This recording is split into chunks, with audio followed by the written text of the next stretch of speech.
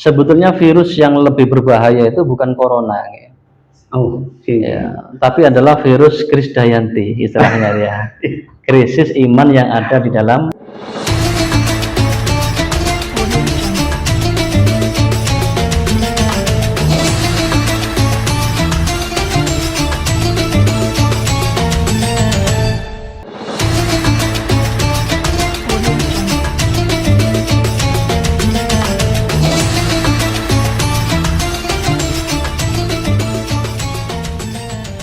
Assalamualaikum warahmatullahi wabarakatuh.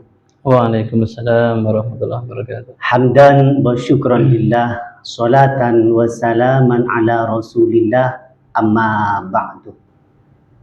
Sahabat Bima Sakti, bincang manfaat menyejukkan hati rahimakumullah.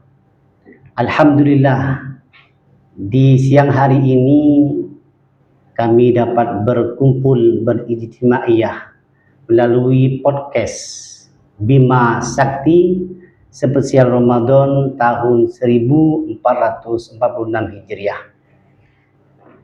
Salawat ma'assalam mudah-mudahan tetap tercurahkan kepada baginda agung Nabi Muhammad sallallahu alaihi wasallam. Allahumma shalli wa sallim. Sahabat Bima Sakti rahimakumullah, tentu podcast kali ini saya tidak sendirian, didampingi oleh narasumber. Beliau penyuluh agama Islam Kabupaten Lumajang yang bertempat di KUA Kalakah. Namanya Al-Ustadz Akhul Muslih. Sehat Ustadz? Alhamdulillah sehat Ustadz. Alhamdulillah. Baik sahabat Bima Sakti rahimakumullah, tema kali ini yang akan dibahas tentang orang yang rugi dan sukses di bulan suci Ramadan. Maka dari itu, sebelum acara ini kita lanjutkan, kita awali terlebih dahulu dengan pembacaan kitab Suratul Fatihah. Mudah-mudahan acara ini membawa barokah, lancar dan manfaat. Al-Fatihah. A'udzu billahi minasyaitonir rajim. Bismillahirrahmanirrahim. Alhamdulillahirabbil alamin. Arrahmanir rahim. Maliki yaumiddin. Iyyaka na'budu wa iyyaka nasta'in. Shiratal mustaqim. Shiratal ladzina an'amta 'alaihim. Terima kasih kami sampaikan sahabat Bima Sakti rahimakumullah. Gus, panggil gue apa Ustaz nih kira-kira? Ya, terserah Mas saja biar enjoy. Iya, okay. Monggo. Al-Ustaz ya, berbicara terkait dengan orang yang sukses dan orang yang rugi di bulan suci Ramadan, bagaimana gambarannya Ustaz? Ya, terima kasih. Assalamualaikum warahmatullahi wabarakatuh. Bismillah, alhamdulillah, wassalatu wassalamu ala rasulillah Sayyidina Muhammad ibn Abdullah, amma ba'du. Yang kami hormati sahabat-sahabat,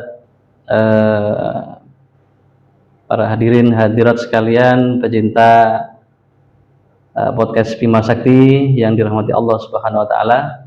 Alhamdulillah, Ustaz ya, puji syukur kehadirat Allah Subhanahu wa taala. Pada kesempatan kali ini kita masih diberi kesehatan, dapat menjalankan ibadah puasa dengan lancar. Mudah-mudahan puasa kita semuanya diterima di sisi Allah Subhanahu wa taala. Amin, Allahumma amin. Salat ma'assalam kita aturkan kepada junjungan kita Nabi besar Muhammad sallallahu alaihi wasallam yang menjadi teladan bagi kita semuanya. Baik Ustadz, terima kasih atas waktunya Ustadz moderator, Ustadz Sahlan Jamil yang kami hormati. Berbicara tentang apa tadi? Orang siapa saja yang sukses dan yang merugi di bulan suci Ramadan, itu tentu kalau kita lihat secara komprehensif secara keseluruhan menyeluruh, ini tentu sangat umum sekali. Namun kemudian kita apabila merujuk kepada hadis Nabi tentang masalah puasa khususnya, ini beliau bersabda, kam min shaimin laisa lahu illal ju' wal atas. Jadi banyak orang yang berpuasa itu yang tidak mendapatkan apa-apa kecuali lapar dan dahaga saja. Maka tentu kalau kita melihat statement semacam ini, ada apa di balik mereka itu, kenapa kok tidak mendapatkan pahala atau keutamaan? malah hanya mendapatkan lapar dan dahaga saja. Ya, tentu semuanya itu berawal dari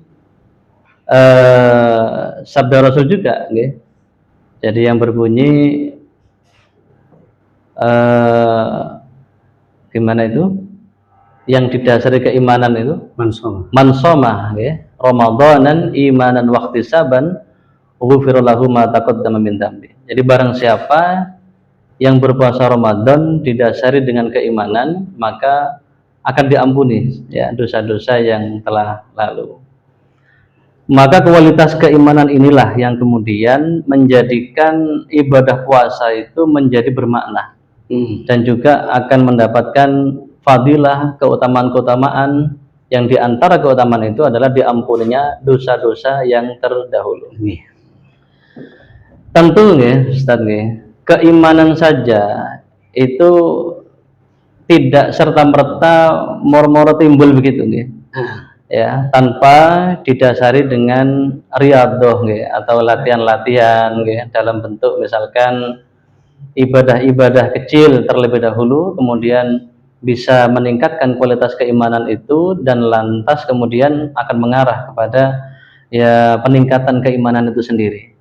Sebagaimana ulama kita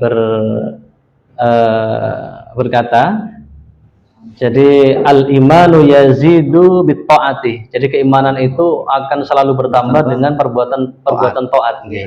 Wa yanqusu bil ma'asi, dan akan berkurang dengan maksiat-maksiat.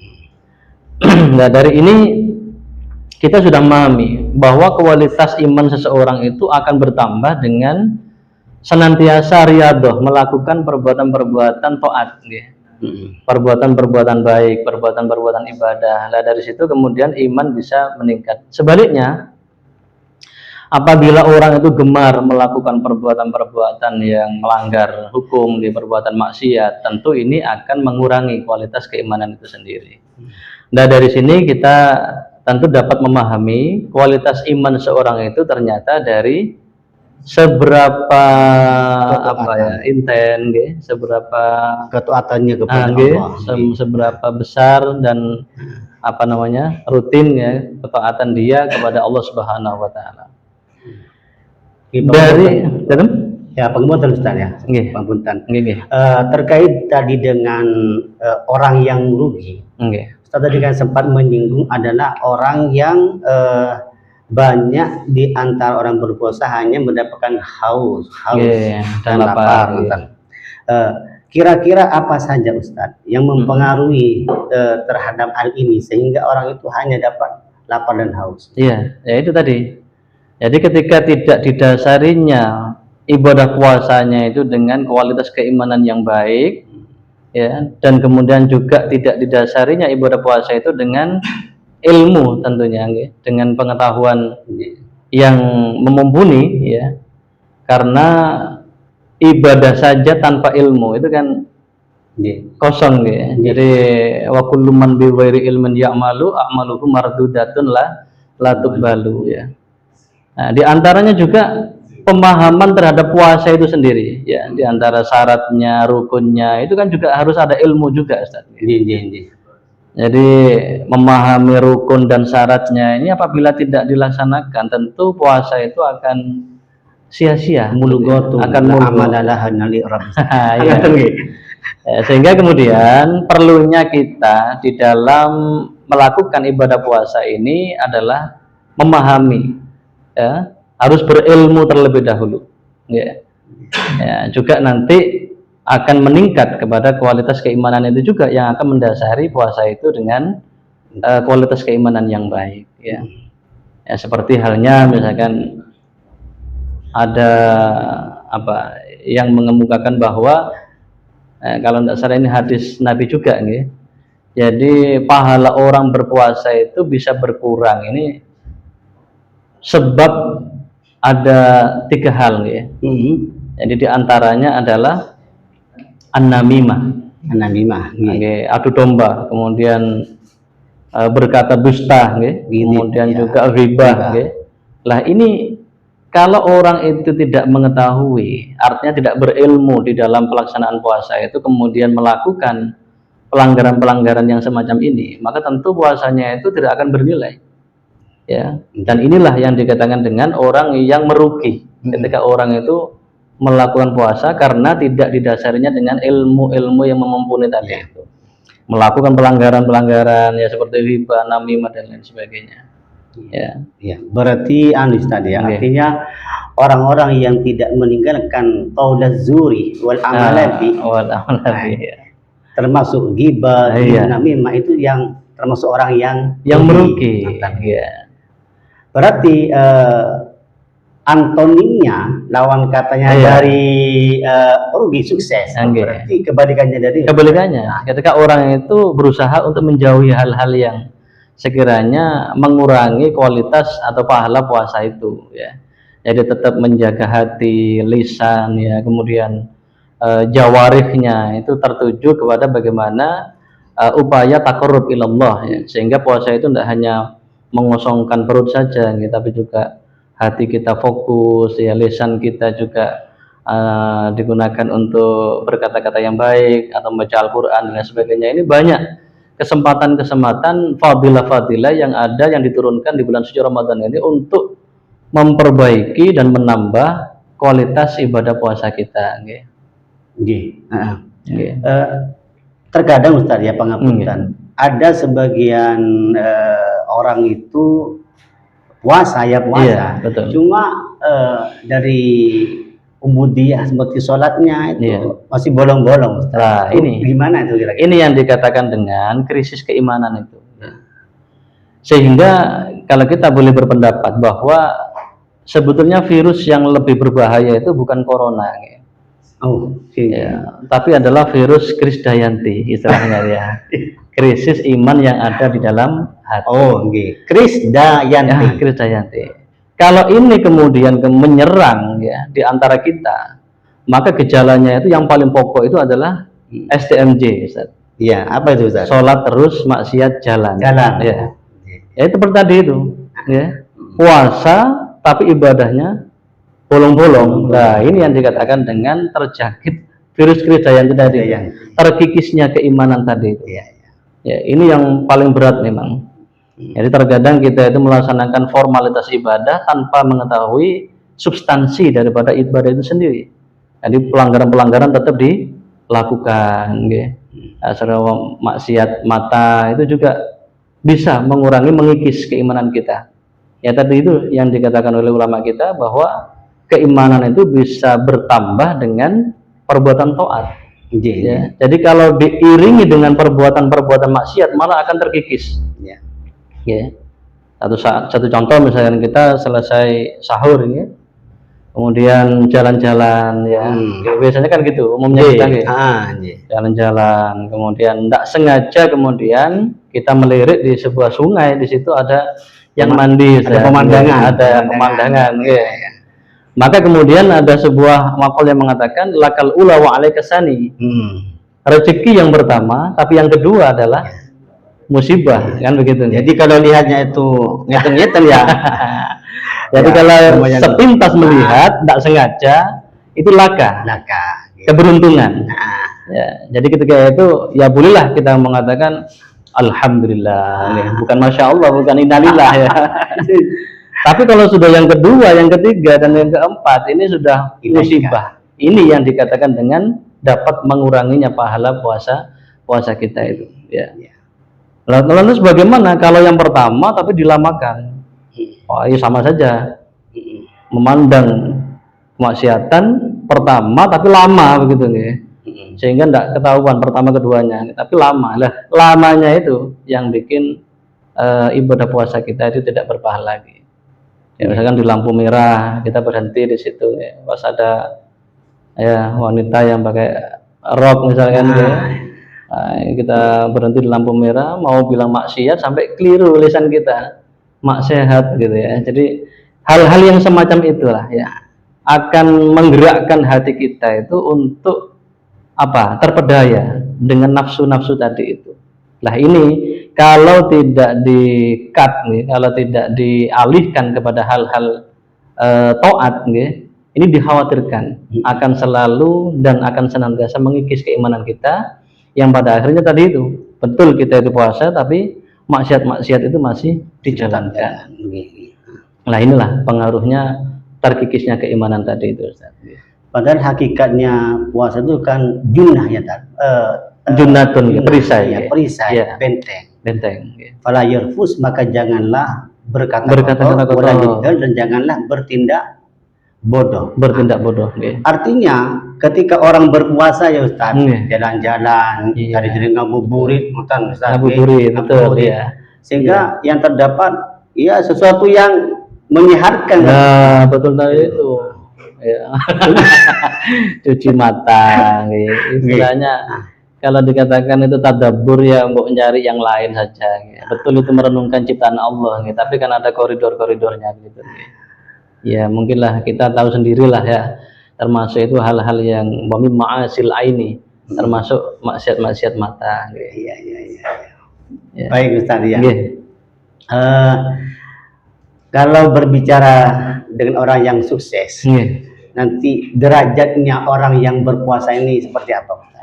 Derajatnya orang yang berpuasa kalau sudah melaksanakan rukun dan syarat puasa, kemudian menjauhi larangan-larangan yang sekiranya merusak pahala puasa, kemudian dia itu tekun beribadah ditambah qiyamul lail dan juga qiraatul Quran, itu derajatnya akan sangat tinggi dan tidak ada yang mengetahui kecuali Allah Subhanahu wa taala. Karena puasa itu hanya milik Allah, as-shaumu li wa ana ajzi bih. Sampai demikian itu besarnya sampai orang itu tidak mengetahui dari saking besarnya pahala dan keistimewaan ibadah puasa itu. Maka menurut saya sangat merugi sekali orang yang di bulan suci Ramadan sudah dikaruniai kesehatan tapi tidak pandai untuk mendapatkan fadilah keutamaan Ramadan. Menurut saya itu sangat rugi sekali. Iya. Makanya mumpung Ramadan ini kan 1 tahun sekali dan tidak semua orang dapat menikmati kemudian menjalankannya dengan baik. Ada yang belum Ramadan dipanggil duluan, ada yang ketika Ramadan sampai belum pertengahan sudah dipanggil duluan. Ini kan artinya apa? Bahwa tidak semua orang itu dapat menikmati. Mumpung kita itu masih diberi kesehatan, mumpung bisa ada kesempatan, ini mari kita gunakan kita manfaatkan momentum yang sangat istimewa ini dengan berpuasa, mendekatkan diri kepada Allah, taqarrub ilallah, menambah ibadah-ibadah itu insya Allah pahalanya luar biasa dan tidak ada yang mengetahui pahala puasa itu kecuali Allah Subhanahu wa taala. Karena saya ingat Ustaz dari lanjutan hadis illa siyama wa ana ajzibi. Ada kalimat fa'arullaha min anfusikum khairan. Maka tunjukkanlah daripada kalian khairan, hal-hal yang baik. Berarti ketika orang sudah tidak mengikuti arahan hadis ini, jika sudah rugi, sangat rugi sekali, tidak mendapatkan fadilah atau keistimewaan yang sudah diberikan di bulan Ramadan ini. Jadi ibaratkan ini adalah door prize yang sangat banyak, tapi orang itu malah tidak mau mengambil jadi malah mengambil yang lain, begitu ya. Ini kan sangat rugi sekali. Sudah dikasih tahu caranya mengambil door prize yang luar biasa ini begini kan, tinggal menjalankan sebetulnya, tinggal bagaimana melaksanakan. Lah kok tidak mau, ini kan sangat rugi sekali. Maka karena itu marilah kita ini berlomba-lomba untuk mengambil hadiah-hadiah yang istimewa tadi itu. Alhamdulillah Ustaz sudah di penghujung acara, tidak terasa sangat asik sekali. Banyak ilmu terutama kepada saya terkait dengan Krisdayanti. Itu cuma istilah saja. Istilahnya. Masya Allah. Krisdayanti, krisis iman yang ada di dalam hati. Yang ada di dalam hati. Sahabat Bima Sakti rahimahullah, kami Sahlan Jamil selaku host pada kegiatan podcast hari ini mengucapkan banyak terima kasih atas perhatian panjenengan dan mohon maaf apabila ada kekurangan kekhilafan. Kalau ada jarum yang patah, jangan disimpan di dalam peti. Kalau Al-Fakir ada kata-kata yang salah, tolong jangan dilaporkan kepada Bapak polisi. Mungkin Ustaz, Ya. ada yang mau disampaikan? Para sahabat sekalian, rahimakumullah, puasa adalah ibadah yang sangat istimewa, yang hanya Allah yang mengetahui pahala puasa itu sendiri. Karena itu bulan suci Ramadan ini, marilah kita senantiasa menjalankan ibadah puasa ini dengan khidmat, ya, dengan mengetahui syarat dan rukunnya, kemudian ditambah dengan qiyamul lail, ibadah-ibadah lain yang sekiranya dapat mengiringi ibadah puasa kita ini, sehingga puasa kita menjadi berkualitas dan kita tidak menjadi orang yang merugi. Kita menjadi orang yang sukses di bulan suci Ramadan ini dengan meninggalkan perbuatan-perbuatan tercela yang sekiranya dapat mengurangi pahala-pahala puasa. Marilah kita bersama-sama untuk menguatkan diri, berusaha sekuat mungkin untuk menjalankan ibadah puasa ini dengan semaksimal mungkin. Mungkin ini yang dapat kami sampaikan. Terima kasih semuanya kami sampaikan, dan akhir dari kami, akhir kalam, Assalamualaikum warahmatullahi wabarakatuh.